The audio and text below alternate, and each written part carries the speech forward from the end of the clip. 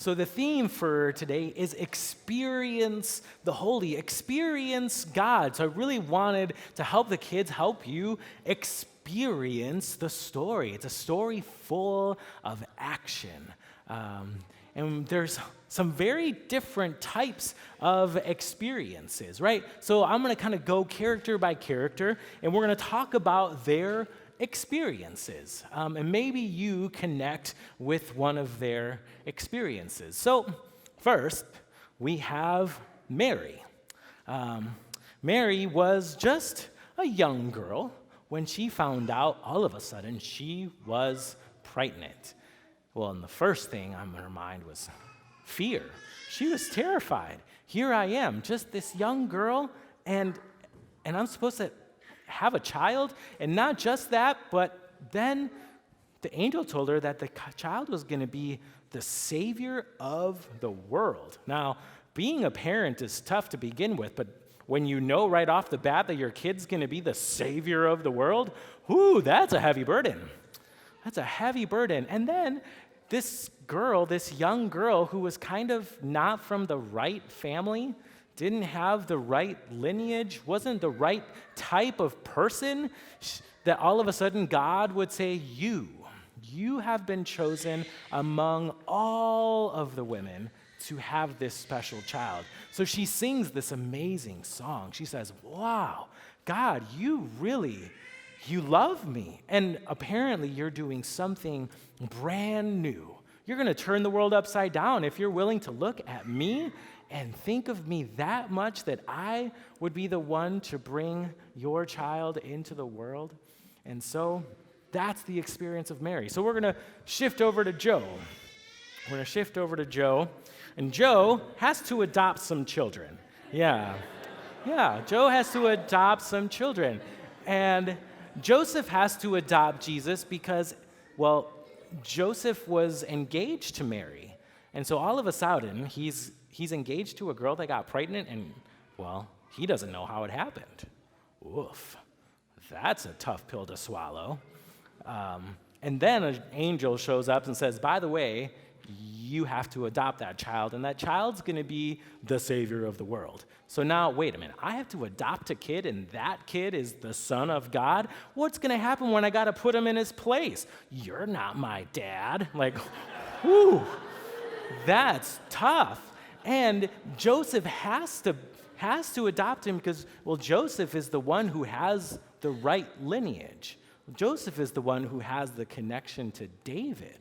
And so now we have Jesus, we have God. So Jesus is an adopted kid. Have you ever thought about that? That Jesus is an adopted son. That all of a sudden God puts himself in a very vulnerable place, right? Puts himself in a vulnerable place, puts himself in the belly of a young girl, not from the right family, and then puts himself in a place of hoping that Joseph will do the right thing and adopt his son so he does become a part of that right family. That's a pretty vulnerable place for God to put himself. And Jesus is this adopted son that all of a sudden means, wait, you don't have to be born in the right family. You don't have to have the right type of background to be a part of God's family, a part of God's people. You don't have to be the right person to experience love, peace, joy in this world. Wow, what an experience. And then we have this experience of the shepherds. I love doing this with kids. I mean, you can feel the energy, right? Running from the back all the way up here. But the shepherds, they hear about this good news, and they're so overwhelmed with energy that they run. They run from where they're at out in the fields. They leave their work behind. They leave their money behind. I mean, those sheep, that's how they live. And if they lose their sheep, they lose everything. And they leave everything behind to run and find this child. What an experience. That must have been something overwhelming to be able to just say, okay, this is such great news. I'm going to leave everything behind and just go, because this is something I just got to be a part of.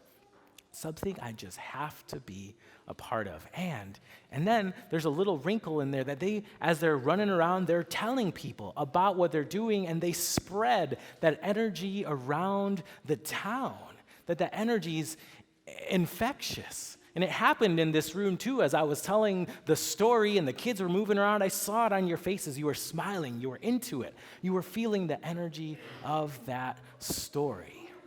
And then there's a final experience of Mary. I love that it keeps in the story this line that Mary listens to what the shepherds have to say, and she holds those words deep in her heart and ponders on them. Have you ever gotten some news that was just wonderful? And maybe at first you didn't even know quite what to do with it. You just kind of had to, wow, how do I even deal with this? This is amazing news. Amazing news. And maybe some of you have felt it with your own children when you finally heard of a child coming into this world, or maybe you felt it as you saw a picture for this time. I had that experience this last weekend. We went in and we got one of those 3D ultrasound things. Oh, it's the coolest thing ever. But we got to saw the face of our child. And at first it was just like, I don't even know what to do with this. I kind of have to just ponder on it. I have to rest with it. And then I had the experience of the shepherd. I had to go around sharing everybody. So if you were at church on Sunday, I was showing you that picture. Like, look, you can see my baby's face. And he's got my lips. At least I think so. Got my wife's nose, but he's got my lips. It's exciting. It's a story to experience. So my hope for you tonight as you come to this worship service, and maybe it's the only worship service you go to in the year. I won't judge you on that. But maybe you experience the love of God tonight. Maybe it impacts you somehow, and maybe you go out into the world to live a little bit differently because of that experience. Maybe tonight, as we light those candles at the very end and we dim the lights, something within you needs a little bit of hope, needs a little bit of joy, needs a little bit of love, and because of that experience, you go out a little bit lighter, a little bit fresher. Maybe because of the experience of singing and seeing the children play and run and tell the story together, you're more prepared to share that joy with others.